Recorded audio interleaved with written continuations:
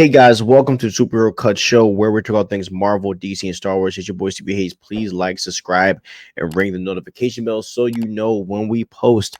So today we are talking about Loki. Obviously, episode 1 came out yesterday. So I'm here to give you guys a scene by scene breakdown on this episode and explain something that you might not have understood in this episode. Okay, so let's get right into it. Okay, so the season 2 premiere jumps right back into action. Loki appears in the TVA of the distant past where neither Mobius nor B-15 do not know who he is.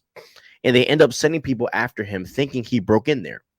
While trying to escape the TVA agents, they were chasing him. Loki jumps into a mail cart car that crashes into one of the buildings.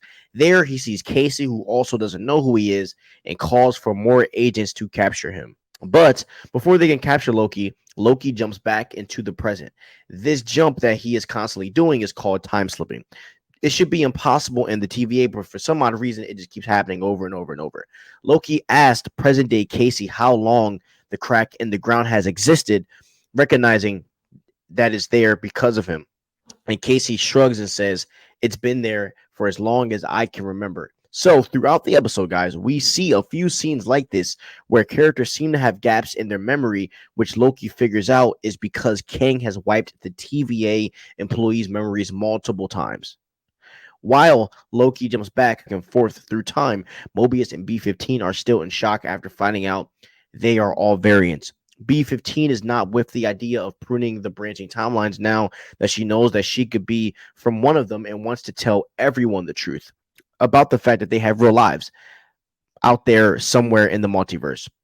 When they're called by X5 to talk with General Dox and Judge Gamble in the war room, B-15 begs the leadership not to prune the new timelines. As everyone in the room is a variant, she begs them to reconsider calling their past actions atrocities. Judge Gamble decides that she's right and orders all TVA agents to stop pruning timelines, but General Dox is mad at the request. Loki in the past sees a recording device in the war room and plays it, and he finds out that Ravonna and Kang were very close in the past, with Kang calling her a marvel and saying that he will be proud to lead with her. If you guys don't know in the comics, King the Conqueror and Ravonna have a really sad relationship, but he's like madly in love with her. When he slips back in time into the present, he yells that they should all be aware of the oncoming threat. He shows Gamble and Dox, B-15, X5, and Mobius the truth by using a time stick to prune away the painting on the wall, showing the gold castings of Kang's face. Dox does not believe Loki and wants the truth for herself. So she takes her troops and raids the armory, commanding X5 to figure out what is going on. She wants to hunt Sylvie and learn what happened at the end of time. Finally, back with Mobius, Loki tells him everything that occurred at the end of time, his final fight with Sylvie, and the fact that he who remains made sense to him. Freeing the timeline would only bring chaos and more Kangs.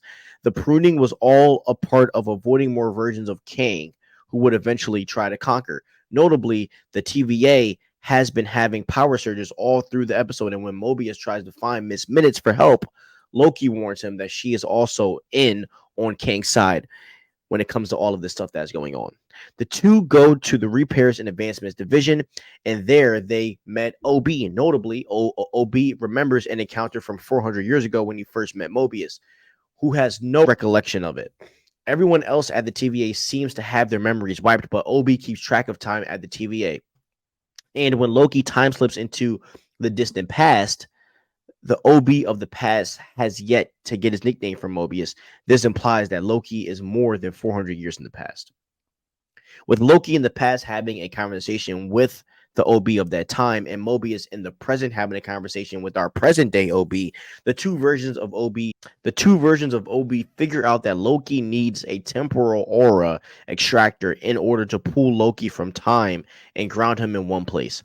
It's dangerous, requiring Mobius to expose himself to temporal radiation, which could melt his skin off, and requiring Loki to prune himself in hopes of grounding himself in the present.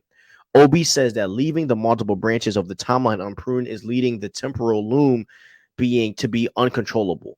Basically, the loom is being overloaded and it can't handle bringing together too many timelines, as the loom is what transforms raw time into a physical timeline.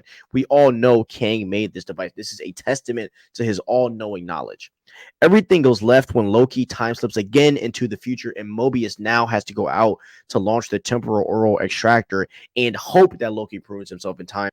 In the future, we can see that the TVA is in total chaos. As the time comes for Loki to be pruned, we can't find anyone with the time stick, and you see his face just in total defeat. He approaches a ringing phone in front of an elevator, but he is surprised when he sees Sylvie pushing open the doors of the elevator, and she is very relieved to see him. Right then and there, he is pruned by someone just in time to land back in our present day. The episode ends with the mid-credit scene that happens in 1982. Sylvie arrives in Broxton, Oklahoma, and we see that she is on a branched timeline. Sylvie walks through a field and ends up at a local McDonald's, surrounded by people enjoying their McNuggets. Sylvie looks happy seeing the people happy. When the employee asks what she wants to eat, she replies, "I want to try everything." And that's how the episode ends. This was a great intro episode of Loki season 2, episode 1. I was very intrigued by all that had happened. I honestly thought that, Loki season 1 was going to be, or Loki episode 1 was going to be more of a slow burn, kind of like it was the last season. This episode really got me intrigued and like really into it. Like, just even though there wasn't like fighting or action, just the plot itself was very intriguing, and learning more about the multiverse and seeing the temporal aura and all that stuff. It was super cool, and I'm loving this season already. So yeah, this episode for me is a solid, 9 out of 10 in my opinion. I think this does everything to hook watchers like me for an intro. So love this episode. I can't wait to see episode 2. Please like, subscribe, and ring the notification bell. And remember, guys, we have a live stream on Saturday where Comic Cuts and I will be doing a deep dive on the Loki episodes each week, and we're gonna be talking about theories and stuff like that. So I love you guys. Have a wonderful day. Stay crispy, and peace out.